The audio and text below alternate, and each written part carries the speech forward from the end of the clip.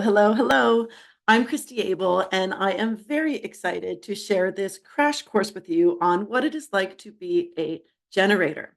But before we begin, I would like to acknowledge and appreciate that I am coming to you from the traditional unceded territories of the Tsawwassen, Musqueam, and Coast Salish peoples.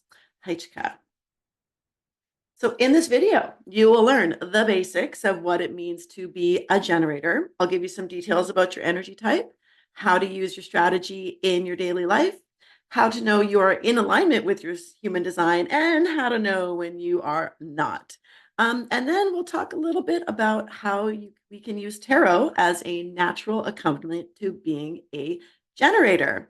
I have a special affinity for generators. I live with my partner and my two kids, and all three of them are generators. I myself am a manifester, which makes me probably the most difficult person to live with in the house. And once I learned more about generators, I found that our communication really opened up, and it's just been a wonderful way to actually interact with each other when you know so much more about the other's human design. So, some constants for all generators. Now, we actually have four constants, one of them being the fact that your energy type is generator. But we'll also talk about strategy, sign, and your not self theme. Now, the rest of your chart is going to differentiate you from all other generators. And these are part of your unique design. So, I'm not going to address those today. These are your profile, which is like your personality type, your authority, which is how you should make decisions. You actually have a um, a type of decision making that is unique to you and your Manigen cousins, which is the gut intuition. I'm not going to talk about that today. There's lots of other YouTubers that can help explain and show you how to use these other parts of your chart. I'm actually not really a human design channel. I am a tarot channel, but I wanted to offer these kind of like basic overviews so that everyone knows kind of where I'm coming from. Okay, then we've got your Incarnation Cross, which is basically like your life's purpose, your life's theme, the manifestation process, which is very important. I'll talk about manifestation a little bit more in a few minutes. Your strongest sense, your emotions, and of course, your gene keys and gifts from the universe. There may be even other components of your chart. These are just the ones that I know of and that I live my life by. Okay, so my dear generator friends, your energy type is basically how your energy functions. And you, my dears, are literally energy makers. Like that's what a generator is, right? Like when you think of, oh, I'm taking a generator camping, or we need a generator as backup for our house, or whatever, right? It is a device to create energy, but you don't do it all the time. Okay. You only do it when you are excited, when you are really into something, when you're kind of like lit up by it, and then you put energy into it, right? So there has to be actually some like action. It will then create more energy for the rest of us to enjoy and then use in our daily life. So you're actually very, very important part of the human design system. So some clues that you are doing something that you love, other than like obviously how you feel about it, is the fact that you could just keep going and going and going. And it's like you lose track of time when you're doing something. That is a juicy old clue that you are doing something that's in alignment with your particular energy type, right? So when this is a way that you're like, you know that you're in your flow.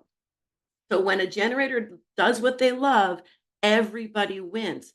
Personally, so I'm a manifester, right? Like I've said, I don't create energy for other people. My job is to initiate and it's to inform, it's to get things going, it's to help give things to respond to for other people. And we'll talk about responding when we talk about your strategy, right? So in essence, it's like your highest calling to do what you're genuinely enthusiastic about, right? Because then what happens, it inspires the rest of us. It gives fuel, it lifts us up. And the cool thing about it is that you don't even need to try.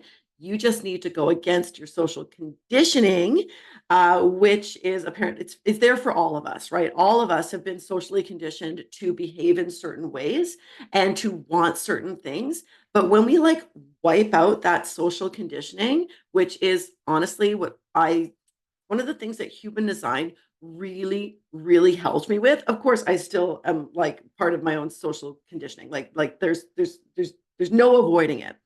But when I was able to separate what I really want versus what I've been told that I really want and how I should be, like, mwah, what a gift. I actually believe that human design can lead to self-actualization. Anyways, this is more of the stuff that will come up in the tarot. I am also a psychologist and a counselor, and so we're going to see a lot of psychology also peppered in with my readings, as well as my intuition and spirit, and the whole team. But as far as I know, I am the first person on the planet to combine human design and tarot. So I'm super excited about it, and it's a way of informing, which is my strategy. Okay, so basically, human design gives you permission to do the things that you love and to say no to things that you don't. Okay, this will so important. So the universe gives all of us these different interests and abilities and things that we like and things that we don't like. And that's so that we can all come together as this like symbiotic, like organism. We're not an organism, but we are all one, right? But like there's it's interesting. Like not everybody's supposed to be a doctor or a teacher or a lawyer or a janitor or a plumber. You're supposed to do what you're naturally good at. And it's interesting because I work with youth so much, we do talk a lot about the future. And they often have this very confined view of like the kind of jobs that they can have. And most of them always, I mean, I would say 50% of us have probably thought at some time, I want to be a doctor and save lives. And I'm not minimizing that. It's just that that's not for most people, right? And the system is designed that way so that it's not for most people. But when we all come together as a collective, that's how we actually achieve the greatest good that we can on the planet because we're all contributing in our own ways. But some of us have been told that in order to be valuable, we have to do it in a certain way. But guess what? We're not all made from the same cookie cutter. So once we recognize these gifts and go, oh no, I'm doing something that maybe you love to I don't know, art. Just say art. You want to like it's anyways, but you've been told, "Oh, artists don't make any money." Guess what? Art is all over the place. It is all over the place. And lots of people make money at it. It's just not a stereotypical thing that we would look in our society that would make money, right? Okay. So when generators follow what they love from that authentic space, not the socially conditioned space, they'll generate this positive energy that creates momentum and go for the rest of us. Now, on the flip side, if you're doing something that you're not super jazzed about, you will feel fatigued and bored. And this is the universe's way of saying, please stop. Right? Like, please find something else, right? And this can be really hard because sometimes that feeling is tied to your job, and your job is how you stay afloat, financially, or it's how you got rich or whatever by doing things that you didn't like. And actually, that is where your greatest social conditioning comes from as a generator is that you've been probably because you have this motor that can go, you've been praised and rewarded, likely extensively, for doing things that you don't want to do. So, human design gives you permission to say no. And so that's one of the most powerful things that you can do is to say no more often. This could have lots of different offshoots. Like maybe you weren't the right person for the job, and then the person who asked you to do whatever you didn't want to do goes and finds someone that is the right person for the job. So, in essence, by saying no, you have actually helped the person, right? Now, I talk about this a lot in my practice, and it will come a lot up in the tarot, I am sure. There's lots of Christie-isms that are going to come out over the course of this channel, but you cannot put something where there already is something. Okay, So I've got this glass of water. I have a glass of water. It is in my hand. Can I hold anything right now in my hand? I mean, sure, maybe I could hook some things on my fingers or whatever, but no, I need to put it down and have an empty space for something else to be handed to me. So, my friend generator, when you say no to the things that don't excite you, you're going to create space for the universe to deliver more of what you do want. Now, when I'm talking about the universe, I am talking about source, I am talking about God, I am talking about all the things that we might call our higher power. So if the universe doesn't really fit for you, just replace it with whatever that word is. I love source and I love the universe. That is my jam. So the universe loves empty space. And this is one of the reasons why meditation is so important. I am a daily meditator and have been for 4.5 years. It was actually how my spiritual awakening started, sparked, awakened, whatever it is, which is, of course, an ongoing process. But there's definitely all sorts of growth that's happened. And it just started with some very simple, just simple meditations, right? And it has changed my life. And one of the things that meditation does is it creates some empty space where you're not focusing on the past or the future and you're just focused on the present moment. Now, I am not an omer per se. I almost all the meditations I listen to are guided meditations, but it gives me something to focus on. And then I'm also learning something at the same time. So for me, it's like a double dip when I do that. But I'm not a like sit in silence person, but I do find that when I've cleared out that time in the morning, whether it's 15 minutes, whether it's an hour, just depends on how kind of decadent I'm feeling and how early I got up, I'll find little spaces in the day that will allow for some sort of download, right? Now, remember, I'm a manifester. I download very directly. You have a different capability, which is more of a responding thing, which we'll talk about next. So, because you've been rewarded, because it feels good to get things done, right? And because you've been praised for it all your life, many generators have a fear of doing nothing. They're like, well, if I'm not doing something, my life isn't I'm not doing something meaningful or whatever. So, this is permission to do nothing, right? In small amounts. I'm not saying like you do you, boo. But like, I'm not saying, sell everything and move to the woods. But what I am saying is taking this time and putting yourself first, it is not going to hurt no one. Okay. It's going to help you. And if anything, it's actually going to start to magnetize more things to come to you, which then makes you happier, which makes you, and then radiating it out. Remember, like energy, energy, energy. Okay. So the universe is constantly sending you things, situations, people, ideas that you might like and desire. But if your plate is full, if you're already holding on to something, sometimes very tightly, right? Letting go is a very important thing. Okay. If you're already holding on to something, it can't be filled with something better. So the first thing you can do, if you are like, uh-oh, notice, check in with yourself and reach out and take it for some of these things. Your strategy. Okay. So your strategy is the primary way in which you manifest abstract concepts into physical reality. Now, when I first started becoming active in the esoteric teaching space, I was focused on manifestation.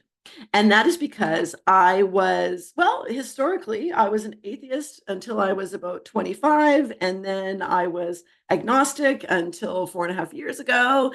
And now I'm all about spirit. So it was like, how did I get there? And one of the things I needed tangible results. I needed things that I could see. So I started really delving into manifestation and how to do it properly and all those kinds of things. And even actually human design has even blown out of the water what I thought I knew about manifestation.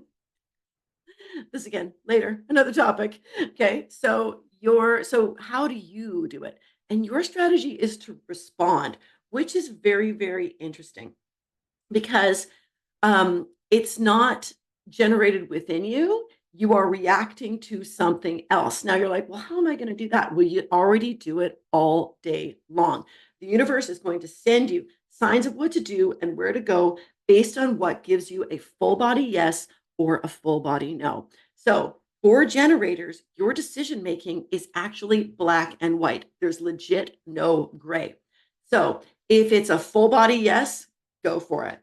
If it is a ugh, it's a no. But if it's a maybe, it's a no or a not right now. Okay, so sometimes no means not right now, and that's totally fine. But unless it's a full body yes for you, it's a I don't think so. Okay, so very cool. And so this is a lot about being a generator is learning to trust your instincts, right? Learning to use that gut intuition. You have a special type of authority, right? That only generators and many gens have, which is your gut intuition. And if you have that gut intuition, learn to trust it. Okay. That's going to be a really, really big factor for you. Because when you're making decisions based on that, you want to be able to trust how you're going, right? Okay, you actually don't have to figure out what you want. So for me, manifester, I know what I want almost all the time, right? Whereas, so people say like, "What do you want to do?" I'm like, "I want to go swimming. I want to go paddleboarding. I want to go ride my horse. Whatever it is, right?" I just know what I want to do. With generators, okay, and manifesting generators, because you have a lot in common, is you would like choices, right? So open. So I love an open-ended question. Generators don't. And actually, I will bet you a like and subscribe on this video if you don't feel more validated or so if you do feel more validated or more like understanding of how you should kind of operate in the world, okay, then give me a like and a subscribe. If not, don't. Because as a manifester, I already have this sorting mechanism. And if you don't like me, I'm not going to fight for it, right? But that's a manifester thing. That's not a generator thing. So if you like it, you're going to go into the yay, I like it bucket. And if you don't like this, you'll go into a, oh, no, no, thank you. And either one is okay with me because I have become peace with that.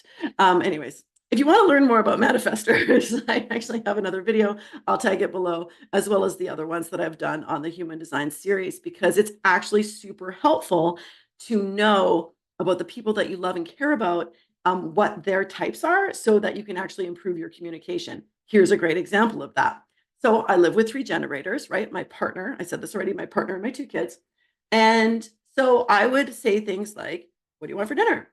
And they would go, I'm like, okay. So instead of giving them an open-ended question, I give them choices. Do you want to have tacos or pizza? Do you want to have sushi or Thai? And then they go, "Oh, I'd love to have sushi." Okay. Do you want this rolls, this rolls, this? And I just keep going. And oh my gosh, like I don't get frustrated because they don't know what they want. They're using their strategy to respond to me to respond to me so that anyways it basically has improved our levels of communication. It's really awesome.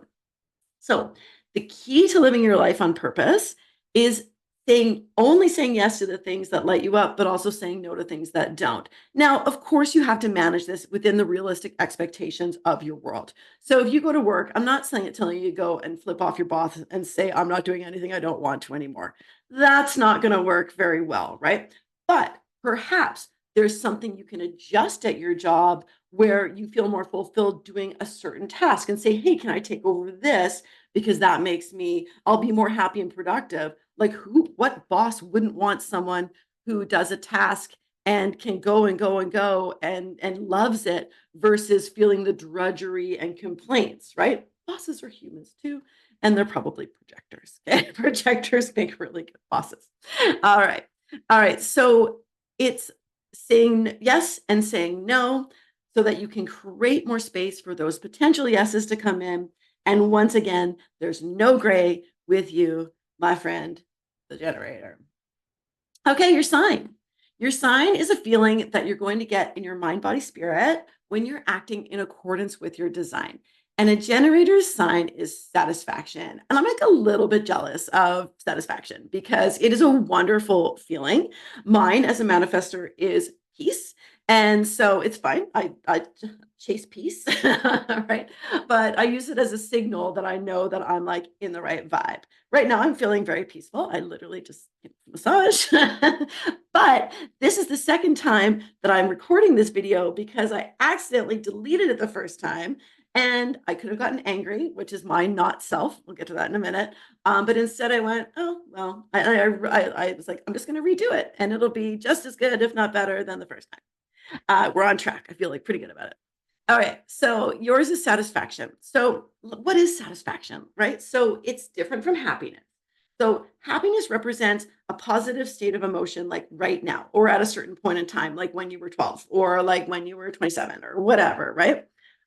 It represents this positive state of emotion. So right now, I'm feeling pretty happy.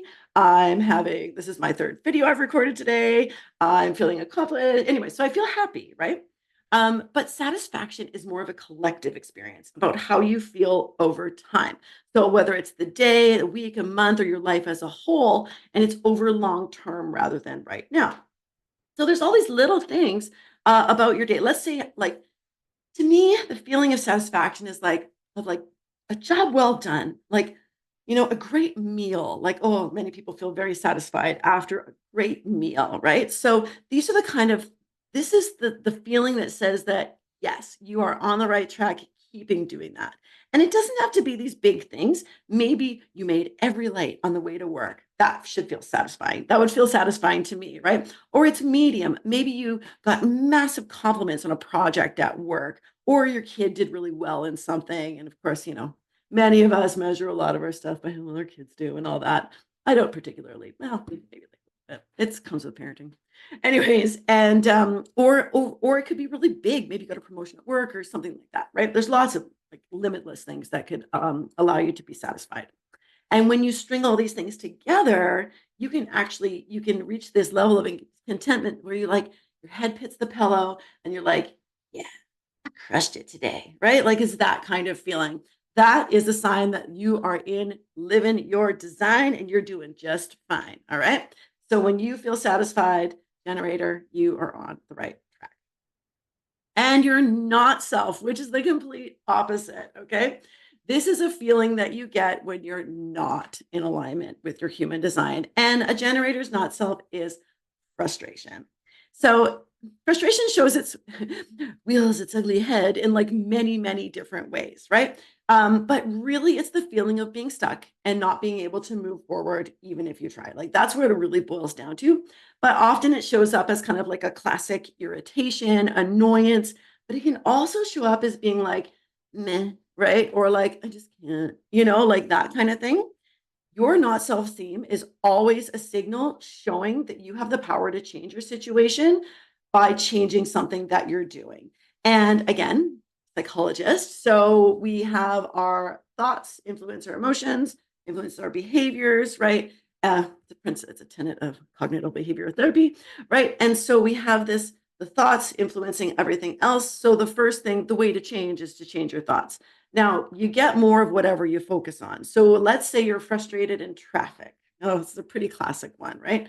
So you're frustrated in traffic, you really can't do anything, right? Like you can't magically like lift up your car and move it. You are stuck until whatever is done. So people get frustrated, but they can't.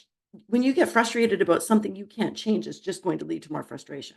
So instead, we need to shift our thinking about it. Oh, I have more time to listen to this podcast. I mean, there's lots of ways to defer, right? But we basically need to change something. So when you are stay here, you are out of alignment, and the universe is like, it's like, I'm not playing with you. The universe is like, no, no, no, not until you get back to satisfaction. So we need to change. The first step is to notice when you feel frustrated, then decide how you're going to take some steps back into alignment, change your thinking, change your situation, just change something. Take your focus off your frustration and onto something else. Watch, well, maybe not in traffic, but I always say it like, and honestly, this is a legit therapeutic technique. Like, go to YouTube, watch kid or puppy videos or whatever floats your boat, like something that's really cute, that can give you a few drops of dopamine, right? Just a few, so that you can kind of shift out of that space. I am not saying don't feel your feels, okay? It's very important too. As a manifester, my not self theme is anger. And anger shows its head in lots and lots of different ways, right? Mostly when people say, like, don't let me do what I want to do, that's when I get angry. It's very classic, hashtag classic manifester. But anyways, so it's interesting to go. So I allow myself to be angry, but just not for too long, right? Like we want to feel our whole range of human feelings. But when we get to the denser ones, we really want to monitor how much time we spend there, because again, you'll just get more of it the more that you just stay swimming in it. Let's say that. All right. So why tarot? Oh my goodness. Okay. So because our human design stamp is static, it doesn't change ever. Tarot can help us reveal those ways to stay in alignment on like more of the day-to-day basis. So the only constant in our life is change and death and taxes. But it's helpful to have regular guidance from spirit, and I've found that there's a wonderful way to do that through the tarot. I'm very narrative therapy is one of the like one of the perspectives I come from in my counseling practice, and so the fact that tarot tells a story and then there's all these deeper meanings that my intuition and spirit and knowledge and all that kind of stuff, and then blended with psychology. Oh, I'm so excited. Okay. But tarot is essentially a map for the energy of what's happening for you right now. And of course, tarot can help with things like reflection and self discovery, problem solving, clarity of emotions, future insights, and a heck of a lot more. So I want to thank you very much, genuinely, for watching. I love doing this. I'm supposed to inform. And so if you found some value in what I have shared today, you know what to do.